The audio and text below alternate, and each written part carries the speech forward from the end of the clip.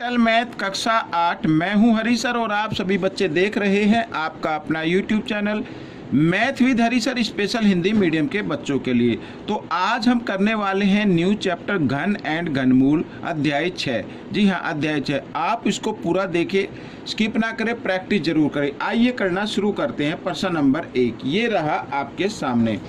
तो बच्चों थोड़े से फॉर्मूले आपको याद होने चाहिए। फॉर्मूले का मतलब है कम से कम 1 से 20 तक आपको घन याद होने चाहिए, तब आपके लिए बड़ा इजी हो जाएगा। बाकी तो मैं बताऊंगा ही। ठीक है, कैसे करना है देखिए।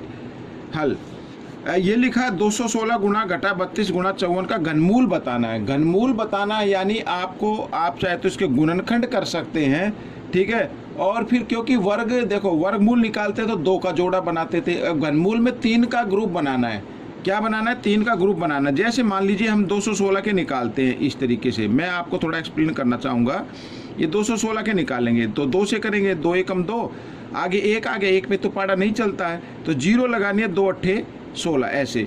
ठीक है, कई बच्चे क्या करते हैं 2 एकम 2 और 2 अट्ठे 16 ऐसे कर देते, तो गलत हो जाता है। ठीक है, तो इस तरीके से करना है। तो 2 से फिर करेंगे, 2 पंजे 10, 2 चौक 8, फिर 2 से करेंगे, 2 दूनी 4 और 2 सत्ते 14। अब 3 से करेंगे बच्चों इसको, 3 निम 27 और 3 तिया 9 और 3 एकम 3 इस तरीके से। अब देखो इसमें 3 का ग्रुप बन गया। वर्गमूल में हम 2 का ग्रुप बनाते थे, अब घनमूल में 3 का बनाना है। ठीक है, तो इसके हमने घनमूल निकाल लिए ना, ये फैक्टर कर लिए या गुणनखंड कर लिए। तो आप इस तरीके से भी लिख सकते हैं। यहाँ पर 3 और 216 के हमने निकाले हैं, तो क्या लिखेंगे 2 गुणा 2 गुणा 2 और गुणा 3 गुणा 3 गुणा 3 इस तरीके से घनमूल निकाल रहे हैं ना। अब बच्चों ये अब 32 का तो आपको मालूम ही है। ठीक है ना, क्या होगा 2 की घात कितना होता है 5। ठीक है, तो इसको हम यहाँ पर घटा का निशान बाहर लगा देता हूँ और 2 गुणा 2 गुणा 2 गुणा 2 गुणा 2 इस तरीके से। और 54 का क्या होगा, 54 का भी निकाल लेते हैं इस तरीके से। ठीक है ना, तो 54 का क्या होगा देखो, 54 का भी इजी है, कोई मुश्किल नहीं है। 2 से 2 दूनी 4, 2 सत्ते 14। अब 27 का तो आपको पता ही है, 27 रहा। 27 के कितने आगे 3 बार आया है, तो इसको लिखेंगे 2 और गुणा 3 गुणा 3 गुणा 3 इस तरीके से लिखना है। अब आप चाहे तो इसको एक ही उसमें लिख सकते हैं, या फिर देखो यहाँ पर इसका घनमूल निकालना ना, तो एक ही घनमूल के निशान के अंदर रख दीजिए इसको।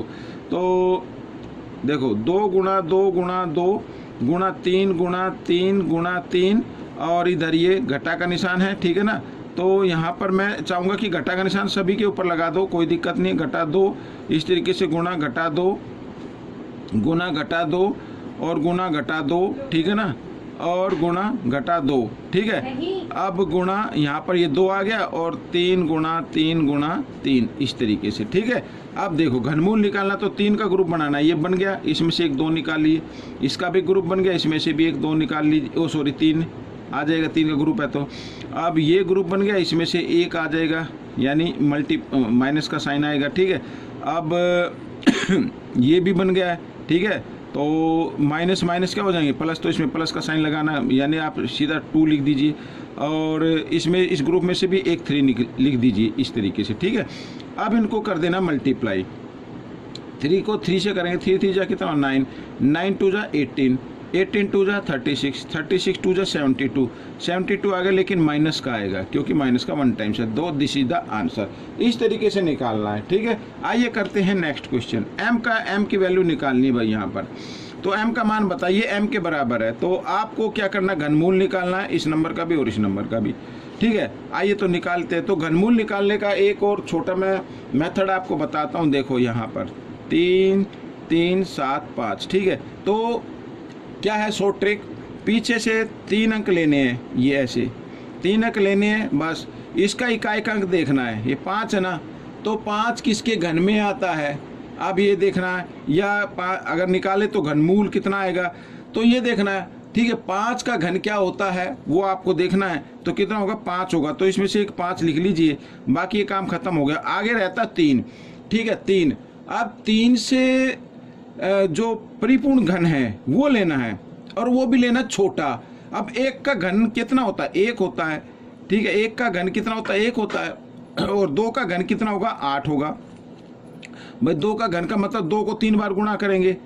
ठीक है, 2 दूनी 4 दूनी 8, 8 तो हमें लेना नहीं है। क्योंकि ज़्यादा नंबर ज़्यादा हो जाएगा, तो इसलिए 2 का घन नहीं लेंगे हम, क्या लेंगे 1। 1 तो यहाँ पर लिख देना 1। तो इसका घनमूल कितना आ गया, घटा का निशान लगाएंगे 15 आ गया, ठीक है। और ये जमा का निशान। अब 8 का तो पता है 8 का कितना होता है, 8 का कितना होता है 2 होता है। अब आप कहेंगे सर ये पॉइंट भी आया हुआ है, देखो मैं आपको बताता हूँ। तो आप इसको ना एक बार इस तरीके से लिख लीजिए, मैं इधर लिख के दिखाता हूँ। घटा 3 3 7 5 जमा 3 और ये 8 लिख लिया, और 8 के बटे का निशान लगाना है, और दशमलव के लिए 1 लगाना, दशमलव के बाद 3 अंक है तो 3 जीरो लगा देनी इस तरीके से। उसके बाद ये कर लीजिए भाई, इसका तो निकाल लिया, अब 8 का निकाल लिया।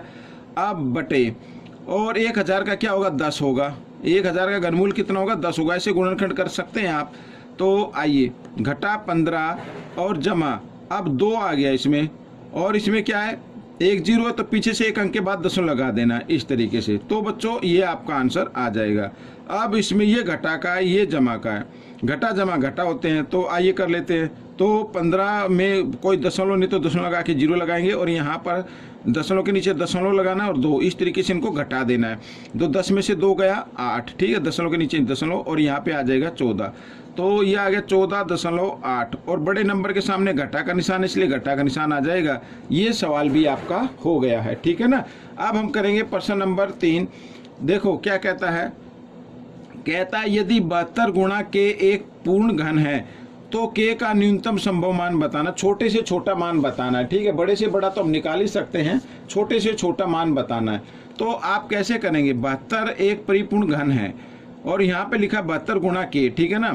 तो ये यानी पूरी संख्या है, इधर कोई गुणा में है फिर इधर कोई नंबर है, तो वो संख्या परिपूर्ण घन है। तो हम क्या करेंगे, 72 के आप गुणनखंड कर लीजिए, 72 के आप क्या कर ले, गुणनखंड कर ले इस तरीके से। आइए करते हैं। तो 2 से 2 तिया 6, 2 6 12, फिर 2 से 2 एकम 2, 2 अट्ठे 16, ठीक है, ऐसे करते जाइए। 2 से 2 नीम 18, अब 3 से होगा 3 तिया 9 और 3 एकम 3, ठीक है। तो 72 अगर हम लिखे 72 की जगह इसके गुणनखंड लिख ले, 2 गुणा 2 गुणा 2 गुणा 3 गुणा 3 और गुणा, बस, ठीक है, ये तो हमने लिख लिया। और ये गुणा का निशान ये रहा। अब के का मान बताना है। अब बच्चों ये लिखा है पूर्ण घन है, पूर्ण घन है तो इसका मतलब 3 का ग्रुप बनना चाहिए, इधर तो नहीं बनना है। अगर इधर मैं 3 और लिख देता हूं तो ग्रुप बन जाएगा, तो इसका मतलब क्या होगा, हमें ये चाहिए, क्या चाहिए 3 चाहिए। तो इसका मतलब के का मान कितना होगा 3 होगा बच्चों, ठीक है ना। तो ये आपका उत्तर आ गया। आइए करते हैं प्रश्न नंबर 4। अब पी का मान बताना है बच्चों, क्या बताना है पी का मान। अब 2 घनमूल के निशान हैं, ठीक है। तो आइए करते हैं इसको भी। पहले जो सबसे नीचे है उसको लेना है, ये वाला, ठीक है, ये लेना है। तो यहाँ पर लिखा है बच्चों 5 की घात 9 लिखा है ये, और इस 3 को ना आप इस घात में ले आए, इधर ले आए, यहाँ से लेके आएंगे तो इधर बट्टे में आ जाएगी, गुना 1/3 ऐसे, ठीक है। तो 3 से काट देंगे, 3 एकम 3, 3 तिया 9, ये हो गया। तो यानी कितना आ गया 3 और 5 की घात 3 आ गया, ठीक है, ये आ गया। अब फिर क्या करना है, इधर कर लेता हूँ। तो 5 की घात 3 है ये, और इस 3 को भी आपको लेके आना इस साइड में। तो ये भी क्या आएगा 1/3 के रूप में आ जाएगा, 1/3 लिख सकते हैं इसको। 3 से 3 कट गया, और तो पी का मान कितना आ गया बच्चों 5 आ गया। ये आपका आंसर आ गया, ठीक है। आइए करते हैं प्रश्न नंबर 5। ये रहा आपके सामने प्रश्न नंबर 5। प्रश्न नंबर 5 क्या कहता है, देखो, यदि घनाभ के आकार की टंकी में, ये टंकी है बच्चों, एक घनाभ आकार की टंकी है, ठीक है, पानी आता है तो इसकी विमाओं को दुगना कर दिया जाए, यानी इसकी जो विमाएं हैं उनको क्या कर दे, दुगना कर दिया जाए, तो इसमें कितने लीटर पानी आ सकता है। अब बच्चों सबसे पहले आप ये ज्ञात कर लो, यहाँ पर सबसे पहले ज्ञात कर लो कि इसकी भुजा की कितनी लंबाई होगी, ये ज्ञात कर लो, तभी तो हम उसको दुगना करेंगे, तभी तो हम क्या करेंगे, दुगना करेंगे, ठीक है। ये या आप मान सकते हो, देखो मैं आपको बताता हूँ, ये घनाभ आकार की टंकी है, ठीक है ना। अगर इसकी विमा को दुगना कर दिया जाए, मान लेते हैं हम यहाँ पर ये घनाभ का आयतन मान लेते हैं, घनाभ का आयतन, घनाभ का आयतन, ठीक है, घनाभ का आयतन। 1 मिनट में जरा इसमें देख लेता हूँ, ठीक है ना, मैथ के अंदर इसको देख लेते हैं कि क्या लिखा हुआ है एक्चुअली में, तो उसके बाद ही हम इसको हल करेंगे, ठीक है। ये देखो, हाँ, प्रश्न नंबर है 6। तो प्रश्न नंबर 6 में ये कहा है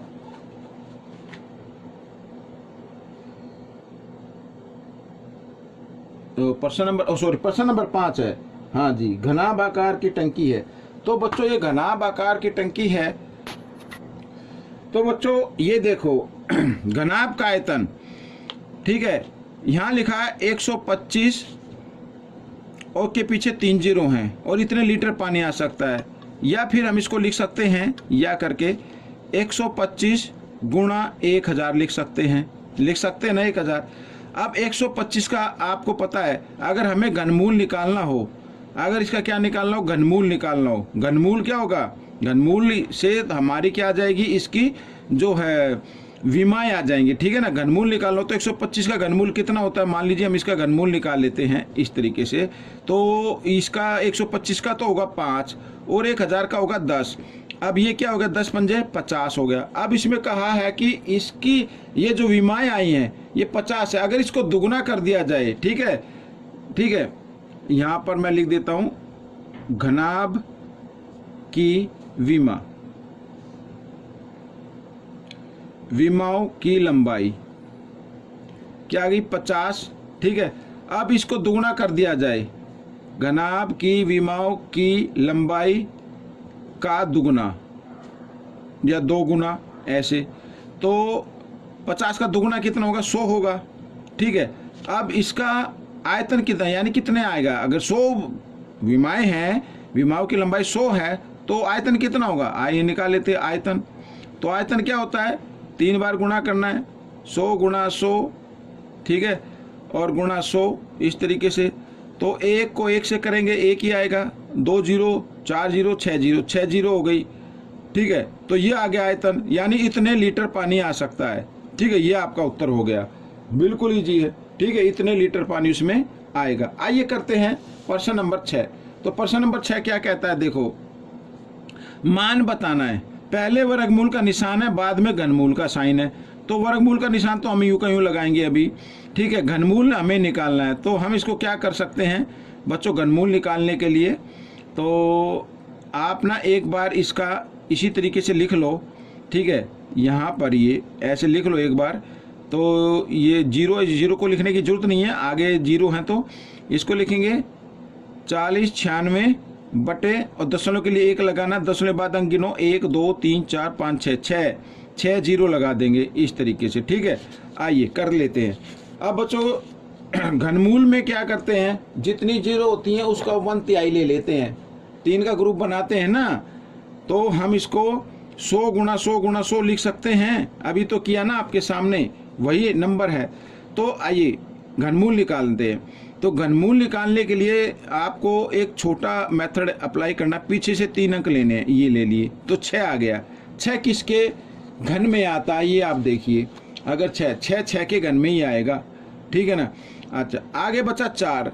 अब इससे छोटा घन संख्या लेनी है। 1 का घन कितना होता है, 1 होता है। 2 का घन कितना होता है, 8 होता है। तो 8 तो ज़्यादा हो गया, वो होता है 2 का घन, तो 2 तो लेना नहीं है, तो क्या लेना है, 1 लेना है। तो ये आ गया, ठीक है। किसका आ गया है बच्चों, ये 16 का, इसका आंसर क्या आ गया 16, इस तरीके से, ठीक है। यहाँ पर ये तो इसका घनमूल निकाल लिया।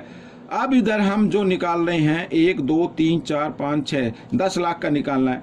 तो क्या होगा, इसमें से एक जोड़ा ये रहा, एक ये रहा, एक ये रहा, ठीक है। तो अगर घनमूल निकालेंगे तो कितना आ जाएगा, 100 आ जाएगा। कितना आएगा, 100 आएगा इस तरीके से, यानी जीरो जितनी होती हैं उसका तिहाई लेते हैं, ठीक है ना। अब बच्चों ये वर्गमूल का निशान बचा, तो 16 का वर्गमूल कितना होता है, 4 होता है, और 100 का वर्गमूल कितना होता है, 10 होता है। तो ये आपका उत्तर बन गया। आप चाहे तो इसको दशमलव में भी लिख सकते हैं इस तरीके से, क्योंकि इसमें 1 जीरो है तो पीछे से 1 अंक छोड़ के दशमलव लगा देना, ये आपका उत्तर बन जाएगा, ठीक है ना। आइए करते हैं प्रश्न नंबर 7। तो प्रश्न नंबर 7 क्या कहता है, यदि 64b बराबर b की घात 4 है तो b की 2 का मान बताओ, ठीक है। 64b, यहाँ पर क्या लिखा है, 64b लिखा है। तो मैं एक बार लिख लेता हूँ, 64b बराबर b की घात कितनी है, 4 है, ऐसे लिख लेते हैं। तो हम क्या करेंगे बच्चों, अब इसको या करके लिख सकते हैं, या, ठीक है।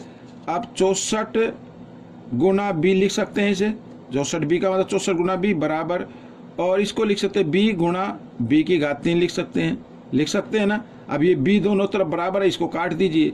अब क्या करना है, b की घात 3 बराबर 64 ऐसे लिखा जा सकता है। ठीक है, ये दूसरा पेन ले लेता हूं मैं। तो अब देखो यहाँ पर b की घात 3 है। अब इस 3 को ना आपको बराबर के निशान से इधर लेके आना है। जब आप इधर लेके आएंगे तो ये घनमूल में बदल जाएगा ऐसे, ठीक है ना। 64, तो 64 का घनमूल कितना होता है? 4 होता है। 64 का घनमूल कितना होगा? 4 होगा। भाई ये तो याद होना चाहिए, नहीं मालूम है तो इस तरीके से गुणनखंड करने हैं और 3 का ग्रुप बना देना है। क्या बना देना? 3 का ग्रुप बना देना, ठीक है ना। तो 4 हो गया। हमें ज्ञात क्या करना? b की घात 2। तो b की घात 2 यानी कि 4 की घात 2, ठीक है। 4 की घात 2 का मतलब 4 गुणा 4, और 4 चौक कितना होता है? 16। तो ये आपका उत्तर बन गया, ठीक है। इस तरीके से ये वीडियो कंप्लीट हो गई है, ये प्रश्न भी कंप्लीट हो गया है। तो बच्चों प्रश्न 1 से लेकर 7 तक हमने इसमें किए हैं इस पार्ट में। आगे के पार्ट में हम और क्वेश्चन करेंगे। तो ये वीडियो कैसी लगी बच्चों मेरे को जरूर बताना, लेकिन प्रैक्टिस करना मत भूलना। स्कूल का छुट्टियों का काम है वो तो कंप्लीट करोगे ही, ताकि ये भी काम करना है कि अब आपके एग्जाम होने वाले हैं तो उसमें प्रैक्टिस जरूर करनी है, ठीक है। मिलेंगे अगले भाग में, तब तक आप वीडियो को देखें और प्रैक्टिस करें। धन्यवाद।